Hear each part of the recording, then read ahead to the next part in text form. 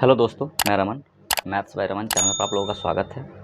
देखिए, हम लोगों ने 6.3 एक्सरसाइज एनसीईआरटी बुक का क्लास 12th का 12 नंबर क्वेश्चन तक कर चुके हैं। 13 नंबर क्वेश्चन को लेकर के आए हैं। क्वेश्चन को देखिए क्या कह रहा है।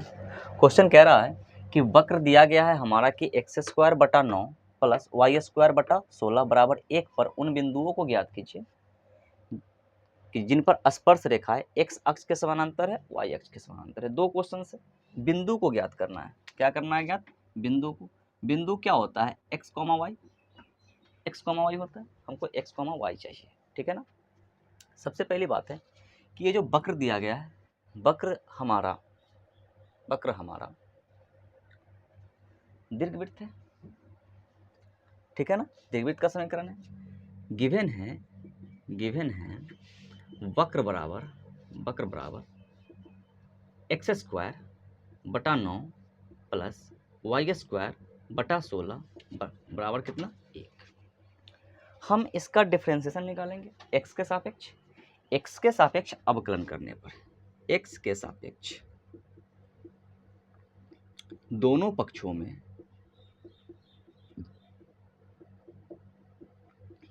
अवकलन करने पर,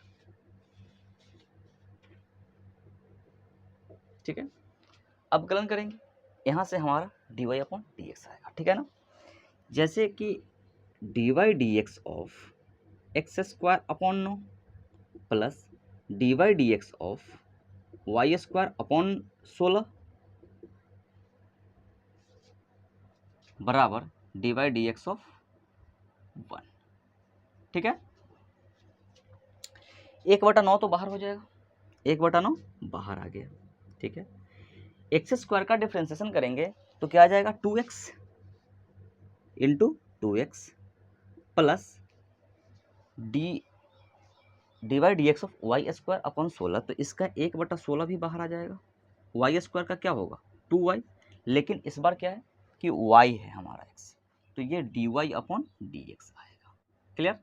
बराबर कांस्टेंट का डिफरेंशिएशन 0।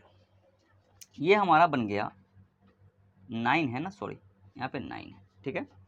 ये हमारा बन गया 2x/9 प्लस ये कट जाएगा 8 टाइम में। ठीक है ना। y/8 dy/dx। ठीक है। बराबर कितना? 0। ठीक है। इसके बाद हम देखते हैं, ठीक है, dy/ हमको dx चाहिए, इसको उठा करके हम उधर ले जाएंगे। ठीक है। या फिर इसको उठा करके इधर ले आएंगे। ठीक है ना। तो dy/dx हमको मिल जाएगा। तो यहां से y/8 dy दिखाई दे रहा है नीचे, dy/dx इक्वल टू -2x/9 आ जाएगा। ठीक है ना। इसके बाद यहां से dy/dx को छोड़ देंगे, इस पद को उठा करके उधर ले जाएंगे। ठीक है ना। तब देखिए, इस क्वेश्चन को बाद में देखते हैं। सबसे पहले तो भी 1 नंबर क्वेश्चन को बनाना है हमको। ठीक है। उसके बाद उसको देखेंगे। तो यहां से आ रहा है हमारा dy/dx बराबर -2x/9 अपॉन ये इधर मल्टीप्लीकेशन है, उधर जाएगा तो डिवाइड बन जाएगा। तो ये बन गया y/8। ये 8 चला ऊपर और y चला नीचे। तो dy/dx इक्वल टू कितना हो जाएगा? 2 में 8 से मल्टीप्लीकेशन होगा 16, x अपॉन में 9y। समीकरण इसको हमने कितना मान लिया? 1 मान लिया। ठीक है। समीकरण 1 मान लिया। अब देखिए माइनस छूट रहा है। ठीक है ना। माइनस छूट रहा है, यहाँ माइनस छूट रहा था। ठीक है। ये क्लियर। अब ध्यान दीजिए कि अगर हमारा कोई भी स्पर्श रेखा जो है x अक्ष के समानांतर होता है तो tan थीटा का वैल्यू 0 आएगा, यानी कि ढाल भी हमारा 0 आएगा, dy/dx का वैल्यू 0 आएगा। इस चीज को लिख के चलते हैं। ठीक है ना। दिया गया है क्वेश्चन में, दिया गया है क्वेश्चन नंबर 1 के लिए हम लोग सॉल्व कर रहे हैं। क्वेश्चन नंबर 1 के लिए सॉल्व कर रहे हैं। दिया गया है कि स्पर्श रेखा x अक्ष के समानांतर है। स्पर्श रेखा x अक्ष के समानांतर है, मतलब है कि dy/dx जो आ जाएगा वो हमारा क्या आ जाएगा, 0 आ जाएगा। क्लियर? तो यहां से हमारा x का वैल्यू आएगा, उस x के वैल्यू से हम वक्र में वो x का मान रखेंगे, फिर हमको y का मान आ जाएगा। दो बिंदु चाहिए, ठीक है, इसका बिंदु चाहिए, इसका बिंदु चाहिए, ठीक है। और यहाँ पर अगर चलिए स्क्वायर है वक्र में तो बिंदु तो दो आएगा ही। तो dy/dx समीकरण 1 से अगर मान रखे तो माइनस कितना है 16x/9y बराबर कितना 0। 9y चला जाएगा इधर मल्टीप्लीकेशन में, तो -16x बराबर 0 और x बराबर ये -16 0 के बटा में आ जाएगा -16, मतलब कितना 0। x का मान कितना आ रहा है 0 आ रहा है। x बराबर कितना आ गया हमको 0। जब x बराबर 0 लेंगे, ठीक है, जब तक हम इसको मिटा रहे हैं, ये क्वेश्चन इसके बाद देखते हैं, तो आप भी कर लोगे, कोई खास ज़्यादा डिफिकल्ट है नहीं। ये देखिए x बराबर क्या है, x बराबर 0, ठीक है ना। x बराबर 0 का मान हम वक्र में रखेंगे, यहाँ पे इस वक्र में रखेंगे तो y का वैल्यू आएगा, और हमारा बिंदु क्या होता है x, y ही होता है। बिंदु क्या होता है x, y ही होता है, ठीक है ना। x बराबर 0 वक्र में रखने पर, ठीक है, वक्र हमारा है x²/9 प्लस y² अपॉन कितना 16 इक्वल टू कितना 1, ठीक है। x का मान अगर हम यहाँ पे 0 रखे तो 0/9 प्लस y² अपॉन 16 बराबर 1। ये तो 0 बन गया ना, 0 में किसी भी संख्या से भाग देंगे वो 0 बन जाएगा, ठीक है ना। प्लस y² अपॉन 16 बराबर 1, ये इसमें गुना हो जाएगा, ये तो 0 है तो गायब हो जाएगा ना, कोई दिक्कत नहीं, जोड़ घटाव नहीं है। तो यहाँ से y² बराबर आ रहा है कितना 16, तो y बराबर हो जाएगा अंडर रूट कितना 16, और y बराबर अंडर रूट 16 का मतलब है कि प्लस माइनस कितना आ जाएगा 4 आ जाएगा। अब यहाँ से हमको एक बिंदु मिला, जो बिंदु क्या है 0,4 और दूसरा है 0,-4, ठीक है ना। 0,4 और 0,-4 ये दो बिंदु हैं, वो हमारा x अक्ष के लिए। जब हमारा x अक्ष के समानांतर अगर हमारा ये वक्र जो है पर उन बिंदुओं को ज्ञात करने के लिए कह रहा है जिन पर कि वो स्पर्श रेखा x अक्ष के समानांतर है। अगर स्पर्श रेखा x अक्ष के समानांतर है तो दिया गया वक्र के अनुसार वो जो दो बिंदु मिलेंगे हमको, वो बिंदु हमारा 0,4 और 0,-4 होगा। निकालने का क्या तरीका है, निकालने का तरीका यही है कि पहले वक्र का हमने डिफरेंशिएशन निकाला, डिफरेंशिएशन निकालने के बाद हमको dy/dx का मान आ गया, dy/dx का मान आ गया, इसको हमने समीकरण 1 मान लिया। हम जानते हैं कि स्पर्श रेखा अगर x अक्ष के समानांतर होगा, x अक्ष के समानांतर होगा तो जो वक्र आएगा, इस तरह का क्वेश्चन हम लोगों ने किया है एग्जाम्पल में, ठीक है ना। x अक्ष के समानांतर अगर होगा तो स्पर्श रेखा की प्रवणता 0 आएगी, tan थीटा 0 आएगा, तो tan 0 का वैल्यू 0 होता है, ठीक है ना। सो वहां से हमने dy/dx बराबर 0 किया, तो यहां से हमारा x का वैल्यू आ गया, ठीक है। अब देखिए कि इस x के वैल्यू को हमने वक्र में रखा तो y का मान आ गया, और y का स्क्वायर था तो जब भी स्क्वायर है तो 2 गो मान आएगा। अगर हमारा घात 2 है तो उस चर का मान 2 गो आएगा, घात 3 होगा तो 3 गो मान आ जाएगा, ठीक है। तो यहाँ से हमको y का मान +-4 आया, तो इसके अकॉर्डिंग 0,4 0,-4 आ गया। क्लियर? अब हम देखते हैं 2 नंबर क्वेश्चन कि अगर हमारा y अक्ष के समानांतर होगा, अगर स्पर्श रेखा y अक्ष के समानांतर होता है, देख लीजिए इसको ठीक से ध्यान दीजिए। 2 नंबर क्वेश्चन क्या कह रहा है कि अगर स्पर्श रेखा y अक्ष के समानांतर है, ये 2 नंबर क्वेश्चन है, सेम क्वेश्चन। इस क्वेश्चन के लिए भी हमारा काम है कि वक्र के साथ हम अवकलन का प्रयोग करते हुए उसका dy/dx निकालेंगे। तो dy/dx निकल गया, तो dy/dx का वैल्यू तो यही है ना, ठीक है, यही है। इस चीज को लिखते हैं हम, बाकी को मिटा देते हैं।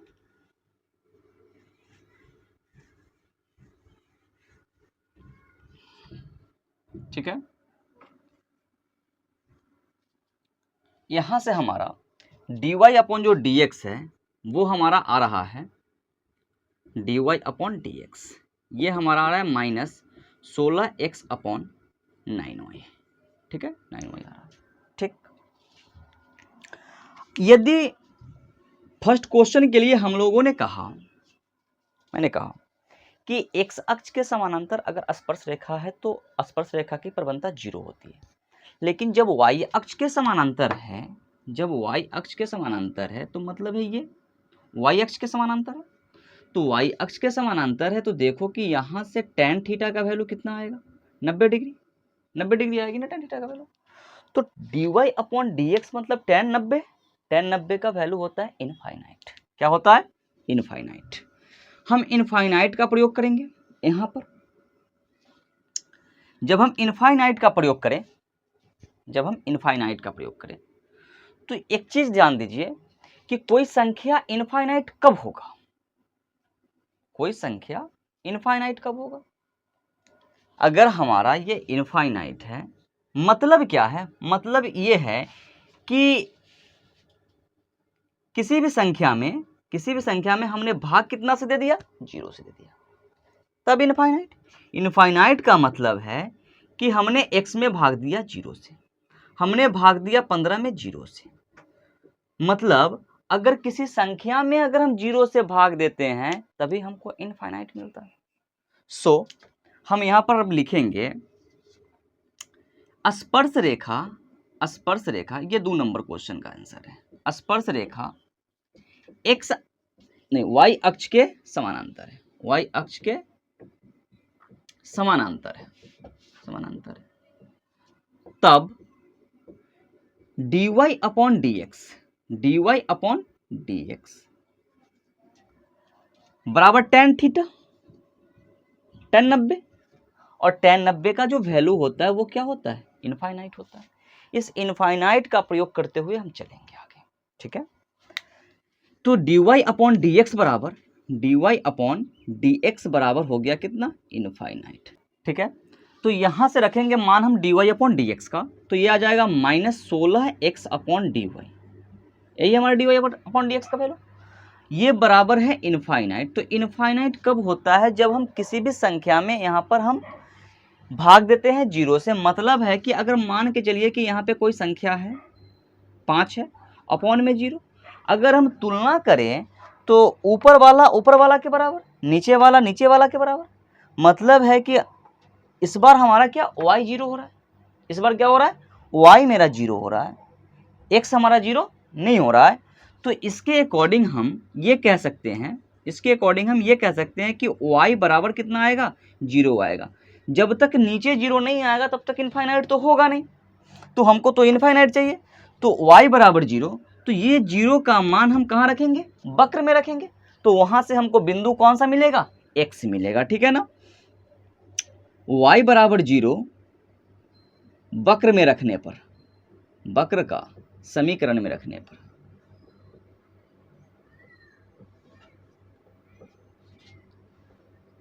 ठीक है, वक्र हमारा है x² upon 9 plus y² upon 16 बराबर कितना? 1।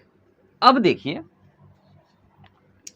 ये तो हो गया हमारा x² अपॉन 9, अब प्लस ये फिर आ गया y² का वैल्यू 0 और 0/16, 0 में किसी संख्या से भाग देते हैं तो 0 आता है, लेकिन अगर किसी संख्या में 0 से भाग देते हैं तब हमारा इनफाइनाइट आता है ना।